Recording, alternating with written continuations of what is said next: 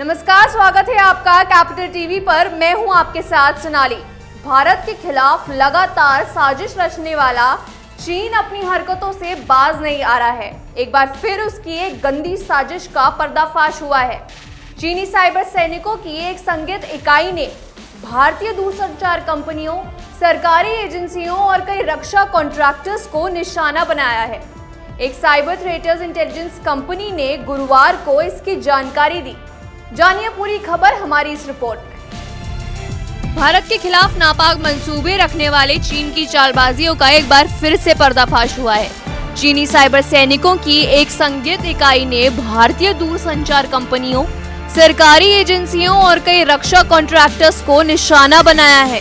एक cyber थ्रेटर्स intelligence company ने गुरुवार को इसकी जानकारी दी। कंपनी ने खुलासा करते हुए कहा कि चीन की इन चालाकी वाले जासूसी ऑपरेशन के सबूत मिले हैं और इन अभियानों की पीपल्स लिबरेशन आर्मी के एक विशिष्ट इकाई से जुड़ा था।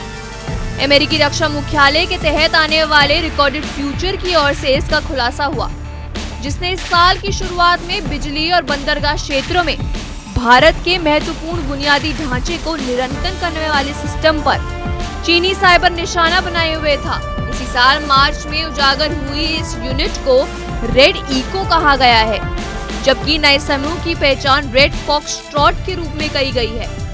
रिकॉर्डेड फ्यूचर के इंस्टिंक्ट ग्रुप ने संदिग्ध चीनी सरकार द्वारा प्रायोजित समूह के रूप में पहचान की गई है। इसे रेड फॉक्सट्रॉट के रूप में चिन्हित किया जा रहा है। इसने 2020 और 2021 के दौरान कई भारतीय संगठनों को टारगेट किया है। रिकॉर्डेड फ्यूचर के इंस्टिंक्ट ग्रुप के एक शख्स ने बताया कि भारत के भीतर विशेष रूप से हमने पिछले 6 महीनों में 2 दूरसंचार संगठनों, 3 रक्षा कॉन्ट्रैक्टर्स और कई अतिरिक्त सरकारी और प्राइवेट सेक्टर के संगठनों को सफलतापूर्वक टारगेट करने वाले समूह की पहचान की है। मीडिया रिपोर्ट्स के मुताबिक तो चीन की ओर से यह हरकत उस वक्त शुरू हुई जब पिछले साल भारत और चीन के बीच सीमा विवाद को लेकर दोनों सेना आमने सामने थी। लद्दाख में भारतीय और चीनी सेना के बीच झड़प हुई थी। एक अलग ब्लॉग पोस्ट में रिकॉर्डेड फ्यूचर ने कहा कि ये निष्कर्ष नेटवर्क ट्रैफिक के विश्लेषण हमलावरों द्वारा उपयोग किए गए हैं, मैलवेयर के फुटप्रिंट, डोमेन रजिस्ट्रेशन रिकॉर्ड और संभावित लक्ष्यों से डेटा ट्रांसमिशन करने पर आधारित थे। आपको बता दें कि पीएलए के पुनर्गठन के बाद से चीन की ओर से साइबर हमले के मामले तेजी से बढ़ गए हैं। यानी ये चीन की पहली चाल नहीं है। वर्ष 2015 में पीएलए के पुनर्गठन के बाद से ये घातक तरीके से साइबर हमलों में सक्रिय है। रेड फॉक्सट्रॉट ने पीएलए की यूनिट 69010 की सांठगांठ में भारत के रक्षा, एरोस्पेस, सरकार, दूरसंचार से लेकर सभी अहम प्रतिष्ठानों पर टारगेट किया था। भारत के खिलाफ चीन लगातार नई साजिश रचता है।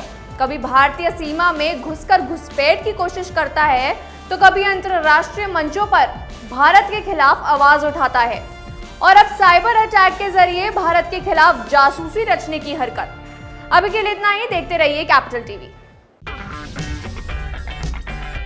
अगर आपको हमारा वीडियो पसंद आया हो तो इसे लाइक करें, हमारे चैनल को सब्सक्राइब करें और हाँ, बेल आइकन दबाना ना भूलें ताकि आप तक हमारे वीडियो की नोटिफिकेशन पहुंचती रहे। आप अपना सुझाव हमें कमेंट बॉक्स में दे सकते हैं। हमारे साथ जुड़ने के लिए शुक्रिया।